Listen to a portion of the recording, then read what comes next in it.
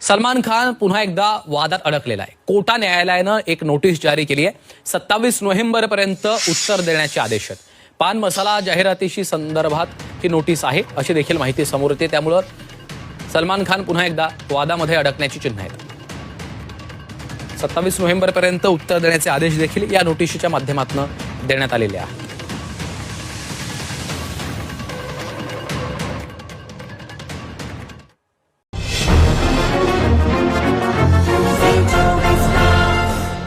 सलमान खान पुन्हा एकदा वादात अडकलेला आहे। कोटा न्यायालयानं एक नोटीस जारी केली आहे। 27 नोव्हेंबरपर्यंत उत्तर देण्याचे आदेश आहेत। पान मसाला जाहिरातीशी संदर्भात ही नोटीस आहे अशी देखील माहिती समोर येते। त्यामुळे सलमान खान पुन्हा एकदा वादामध्ये अडकण्याची चिन्ह आहेत।